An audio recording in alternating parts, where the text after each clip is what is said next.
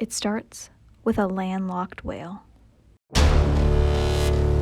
This prompted many questions, which led to my friend telling me an urban legend I hadn't heard about the state of Utah. I'll let her introduce herself and explain the whole story to you. My name is Lisa Barr, and I work for Utah Division of State History as a public historian and historical collections curator. 900 south and about 1000 east, there's a roundabout where a new art installation has been put in at the center of it.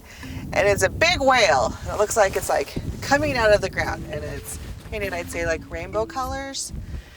And it was a new installation for the area, and a lot of people were just like, why on earth is there a whale in like a landlocked state? Like, what does this have to do with Utah? Right. And it made me think about the myth of the whales in the Great Salt Lake. Yeah, you heard that right. Whales in the Great Salt Lake? I'll let Lisa elaborate. In 1890, the Utah Examiner, which is now a now defunct newspaper publication, they reprinted a publication that was originally from a Canadian newspaper about how a gentleman named James Wickham, who was supposedly an English scientist, had captured 2 whales off the coast of Australia and then transported them via boat to San Francisco and then put them on in rail cars from San Francisco, brought them out via train, and then dumped them on the north side of the Great Salt Lake by the Bear River.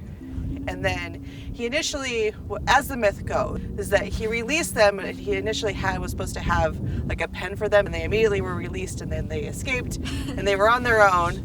And then a few years later, people had claimed to see like a school of them, that they had had babies, and now that there were, a few dozen whales in the Great Salt Lake. And none of this is true.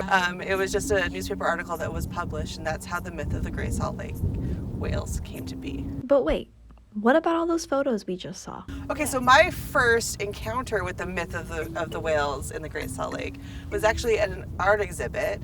It was at the Rio Grande, and I want to say it was by Luminaria.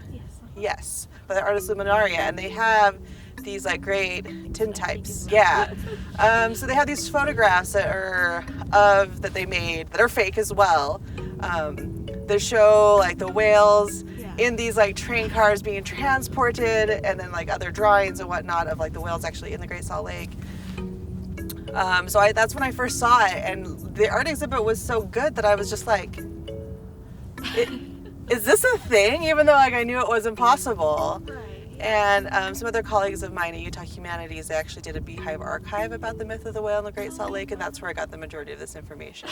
And now that we've got your attention, we'd like to share with you the current state of the home of these fictional whales. Now, I don't know if you've seen the news, but things aren't looking too well for the Great Salt Lake. Again, I'll let Lisa elaborate. So the Great Salt Lake this year is the lowest it's ever been in recorded history. You'll probably see in some footage that they had to take all the boats out of the marina at Great Salt Lake State Park. They even had to take some out via crane because it was so low. So there are no boats that can actually be in the Great Salt Lake right now because they can't launch out of here. The Great Salt Lake's also in a lot of danger because it is a wildlife refuge for many migratory birds. And these birds need feed off the brine shrimp and the other ecosystem that's throughout this. So it's a very delicate environment.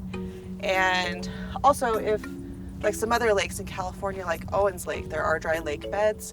And when the Great Salt Lake gets too low or becomes a dry lake bed, there'll be toxic dust that will be blowing throughout the Wasatch Front that is going to affect all of us. And then we have the air quality today on top of it. We don't need the air quality to get even worse. Right. Want to learn more? Lisa's got you covered. My job is state history. We have great archival records on Great Salt Lake and the history of it. I'm also going to give a shout out to Great Salt Lake Collaborative, which is a nonprofit organization of journalists who care deeply about saving Great Salt Lake, and you'll see a lot of news coverage and events that they're producing on Great Salt Lake because it needs to be saved yesterday. This is a very serious situation that we all need to get behind. Yeah.